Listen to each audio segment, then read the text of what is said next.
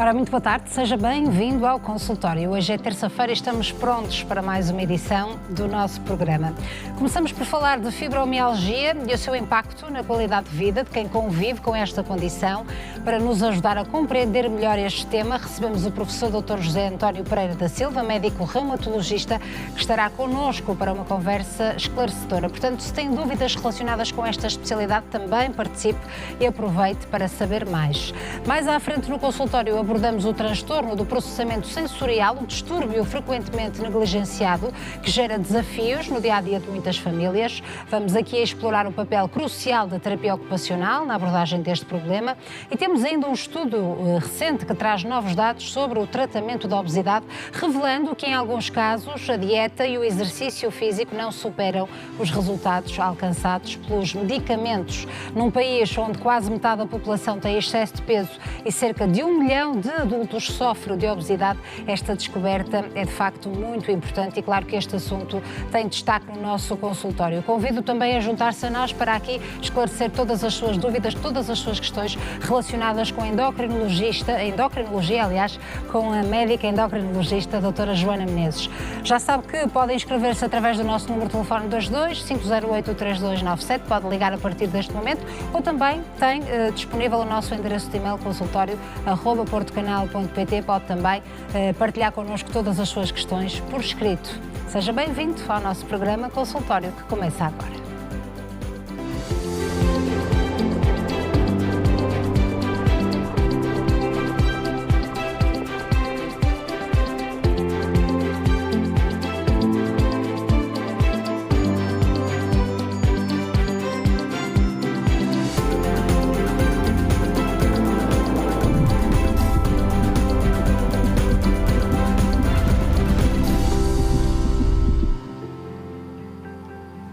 Ora, cá estamos de regresso, agora nesta tarde de terça-feira. Muito obrigada por estar desse lado em mais uma edição do nosso consultório dedicado à nossa saúde e bem-estar.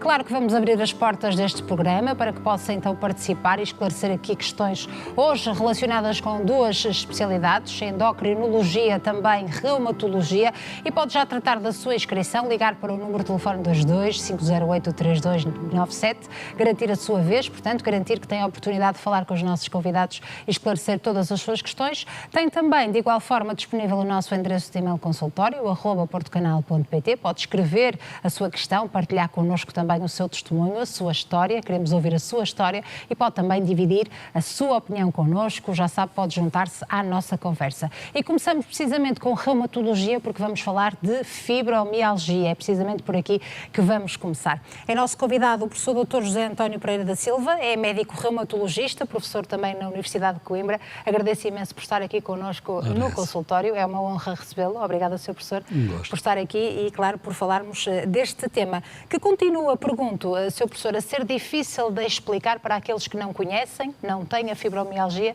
e para aqueles que muitas vezes também acompanham amigos e familiares, pessoas com esta condição. É difícil explicar? Infelizmente, eu diria que parece ser difícil de compreender até para muitos médicos. Muitos doentes meus dizem-me que são muitas vezes confrontados com incompreensão e até, o que deve ser dolorosíssimo, com a suspeita de que isto é toda uma invenção por parte da pessoa que esteja eventualmente interessada em ganhar algum tipo de benefícios secundários. É razoavelmente compreensível que esta dúvida possa surgir, porque infelizmente é uma doença que não dá sinais. Ninguém consegue ver nada. Todos os exames, sejam de laboratório, sejam de imagem, são também todos normais. E o médico, habituado a lidar com o corpo e pouco com coisas do espírito, não sendo capaz de medir porque não há medida para a dor, para o cansaço, para a perturbação do sono, é levado muitas vezes a desconfiar que se calhar isto não é verdadeiro, é um exagero da parte da pessoa. Eu gostaria, contudo, de sublinhar que temos hoje evidência científica mais do que suficiente para afastar completamente estas dúvidas, compreende? Sabemos, com estudos complexos que não são simples de realizar num consultório, como a ressonância magnética funcional, que as dores que as pessoas com fibromialgia dizem descrever, embora pareçam estranhas, exageradíssimas, são reais. É isto que as pessoas sentem. O cérebro delas, o que mostra é que estão acesos e ativos os núcleos nervosos que tratam da dor.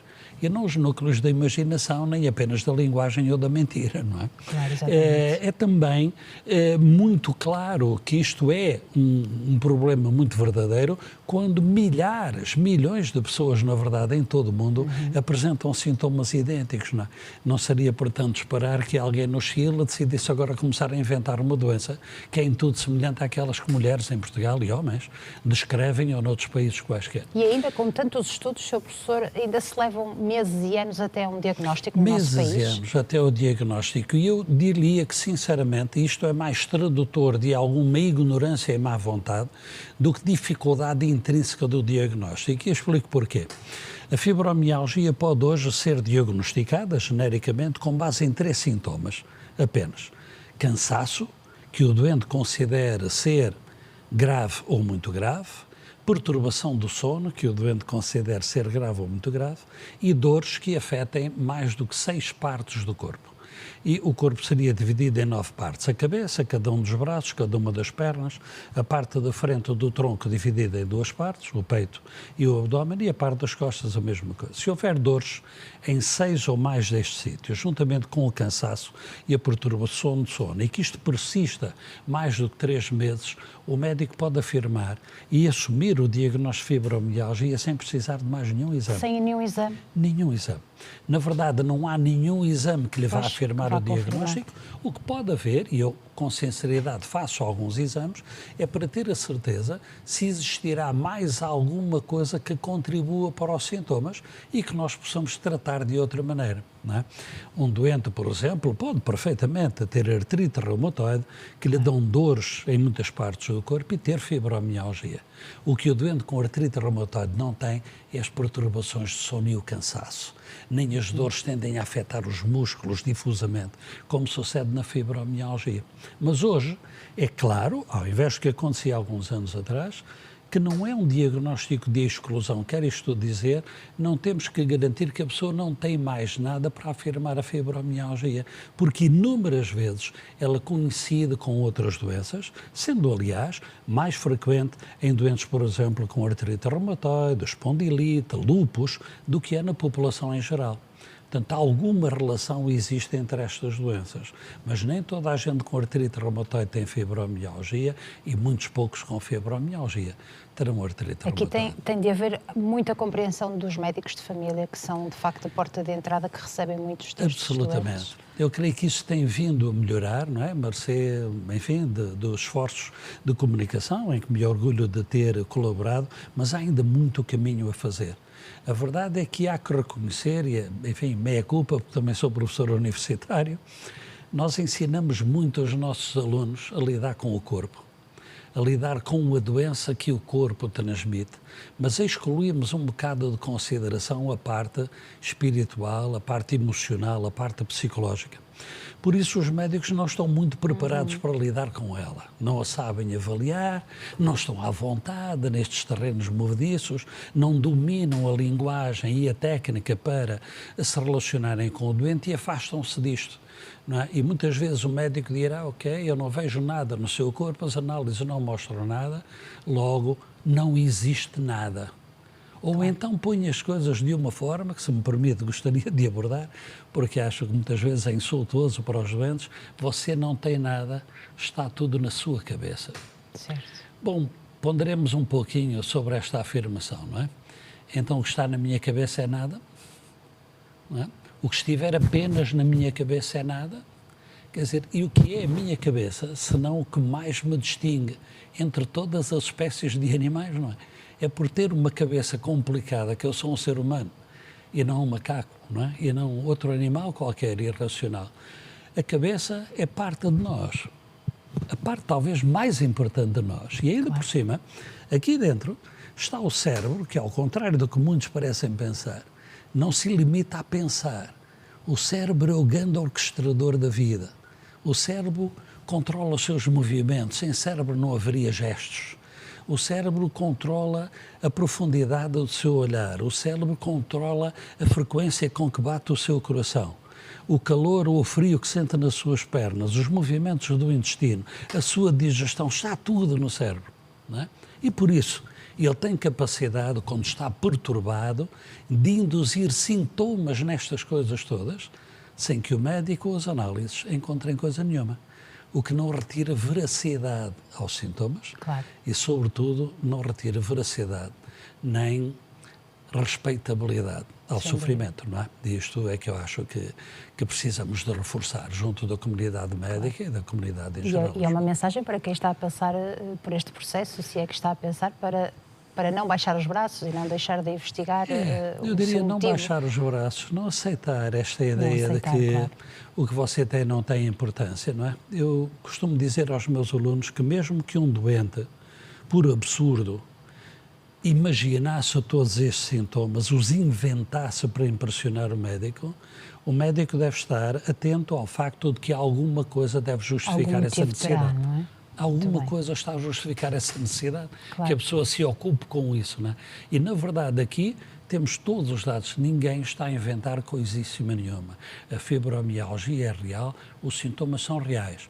São difíceis de explicar, mas isso, quando muito, é uma responsabilidade da medicina e não do doente, não é? É uma falha dos médicos, da medicina, que ainda não conseguiram explicar isto tintim por tintim, e porque o cérebro é talvez a última fronteira da medicina, o mais difícil. Isso leva-me a perguntar também, Sr. Professor, o porquê? Quais são as causas da fibromialgia? Levando também para este lado um bocadinho da saúde mental, de como funciona o nosso cérebro e até do lado do espírito. E do corpo, não é? Quer dizer, a forma como a vemos, eu orgulho muito de termos produzido mesmo um modelo de entendimento da doença que reuniu o consenso de uma multiplicidade de investigadores internacionais de renome nesta área e que, portanto, eu julgo que tem pelo menos credibilidade facial pelos investigadores que se dedicam tanto a isto. O que eu fui particularmente tocado na fibromialgia foi reconhecer no contacto mais próximo com os doentes que eles tinham uma maneira de ser muito semelhante uns aos outros. E mais ainda, essa maneira de ser é muito semelhante à minha. E por isso, talvez, a empatia se tenha tornado mais natural, basicamente. Eu costumo descrever as pessoas com fibromialgia e peço aos que nos ouvem que sofram da doença ou que conheçam pessoas que sofram da doença, que vejam até que ponto é que isto pode ser verdadeiro no seu caso, com 3 características principais. São pessoas preocupadas. São pessoas que se preocupam muito com tudo, que se preocupam muito com todos, que levam tudo muito a sério, muito a peito, com muita frequência, com tendência mesmo a catastrofizar, a ver bichos de 7 cabeças com relativa facilidade. Tudo lhes diz respeito à arrumação, à organização, o que aconteceu aos outros, o que aconteceu e o que podia ter acontecido e o que, quem sabe, se venha a acontecer, está bem? E o passado sempre e o futuro. Meio cheio, sempre copo muito, muito turbulento, com preocupações de todo tipo. Uma segunda característica, que é muito, muito frequente na minha maneira de ver, é o perfeccionismo. São, em regra, pessoas muito exigentes, está bem? Consigo mesmo, mas antes de mais nada, mas também com os outros e com o mundo. Raramente estão completamente satisfeitas, porque as coisas podiam e talvez deviam ser sempre melhores, mais perfeitas, mais organizadas, mais limpas do que são. E a terceira característica é a dificuldade que têm em estarem verdadeiramente tranquilas a descansar e a gozar o seu bocadinho. Quando, por qualquer motivo, forem obrigados a estar paradas, sem terem nada que fazer, são assaltadas por uma espécie de sensação de pecado. Não é? Como é que é possível? Como é que estás aqui sem fazer nada? Então, estás aqui, como é que está a roupa? Como é que está a comida? Como é que está a preparação das aulas para amanhã? Como é que está aquele livro que tu havias de estar a ler? Portanto, nunca estão bem aonde estão, nem durante o dia, nem durante a noite. Os sonhos, tipicamente, são sonhos agitados, sonhos também da preocupação. Eu costumo brincar com os doentes e dizer que me lembram aquela música do António Variações, não é? Só estava bem aonde não estava, está bem? Quase todas as pessoas concordam com isto. O que é que está aqui por trás disto? Se a Alexandra imaginar um pouquinho que a sua vida era assim, reconhecerá por certo que é um estado de tensão nervosa permanente, não é? É um estado em que estamos permanentemente a ver ameaças. Ameaças porque as coisas não estão bem, porque se calhar não virão a estar bem, porque eu não sou o suficiente, porque não estou a atingir os meus objetivos, porque o mundo é mau e perigoso. Eu estou permanentemente estressado e ansioso a sentir ameaça. E quando sinto ameaça, reajo como qualquer animal, não é? contrai os músculos, está certo? Primeira coisa, deixa eu dormir bem, porque a cabeça está preocupada. E as mãos contraídas desta forma, que nós vemos em qualquer gato que a gente assusta, explicam praticamente tudo, não é? Se eu ficar assim o tempo suficiente, ninguém se vai admirar de certo que me começa a doer. É mesmo de esperar que me comece a doer. Ninguém vai se admirar que eu me vá sentir cansado. E o que está a ficar cansado e a doer são os meus músculos, pura e simplesmente porque se estão a esforçar. Em resposta à minha tensão nervosa mais ou menos permanente, não é? E isto é algo que muitos doentes nunca se deram conta, alguns já se perceberam, quando são mais nervosos estão pior, quando são mais preocupados, tristes, mas uma vez que a gente fala nisso, com sinceridade acho que não me lembro mais do que 2 ou 3 exceções em que as pessoas não reconhecessem que isto é de facto decisivo. Mas esta é uma condição crónica. É uma condição crónica, é uma forma de ver mudar o estilo a vida. de vida não é suficiente? Como diz? Mudar o seu estilo de vida não é suficiente? Eu diria que seria necessário mudar, não tanto a vida, mas a vivência, faço-me entender, isto é, não é tanto o que a vida me traz, é o que eu deixo que a vida me faça. Claro. Não é? Esta é que é a grande diferença. Não é? Perante iguais circunstâncias, haverá quem consiga ver graça e há quem só consiga ver desgraça. Eu costumo dizer que quem vir só graça não terá fibromialgia nunca. Não conheço nenhuma exceção a isto. Agora, quem vê desgraça, ou tende a ver desgraça, está predisposto a isto, não é? Porque o corpo está sempre nesta luta com o mundo, não é? Se imaginar, eu uso uma metáfora que, se me permitir, quando achar que estou a levar as coisas longe demais, faz favor. Ainda temos muito tempo de conversa e está a ser uma conversa maravilhosa. Está nas suas mãos, mas esta metáfora tem vindo a mostrar-se muito útil em explicar aos doentes e, portanto, partilho com os telespectadores com muito gosto. E é preciso muitas metáforas para falarmos sobre isto, não é? Claro. Quer dizer, eu posso lhe falar da diabetes com números apenas, não é? Medi a glicemia, portanto está tudo certo, não é? Posso falar da artrose com radiografias. Bom, mas aqui estamos Como a falar de sentimentos, de emoções, de pensamentos, não é? Expectativas, sei lá, tudo isto é muito subjetivo e por isso as metáforas ajudam muito. E uma metáfora que eu uso, e peço outra vez a quem sofre de fibromialgia que a considere é o seguinte, digo eu, vejo as pessoas com fibromialgia como se vivessem a vida, como se fossem gatos permanentemente rodeados de cães. Assustados, portanto. O que é que são os cães? Bom, um cão pode ser um cão verdadeiro que ameaça morder-me, não é? Pode ser um carro que está para me atropelar. Pode ser um patrão que se calhar me vai despedir. Ameaças. Mas é cão também o meu marido, que é hipercrítico. É cão também o meu marido que não liga ao meu sofrimento. É cão também as minhas amigas que acham que está tudo na minha cabeça. O meu médico me disse isso na semana passada. É cão até, espero que me perdoem a expressão, São Pedro às portas do céu. Não é? Se eu viver com medo dos pecados, não é? Um dia lá estará a dizer-me se eu entro ou se desço 2 andares, não é? Para o inferno ou para o purgatório, portanto é outra ameaça, não é? Se eu imaginar um gato verdadeiro que vivesse assim, que estivesse permanentemente a ver ameaça no mundo, não importa se ela existe, estamos de acordo? Importa que eu a sinta, não é? Se eu imaginar um gato assim, seria de estranhar que ele tenha dores no corpo todo. Não é? Se você imagina sempre a ver os perigos, a contrair-se daqui por ali, a andar sempre irto, não é? Com medo do mundo. Seria de estranhar que ele se sinta cansado quando ele está sempre a aperrear os músculos.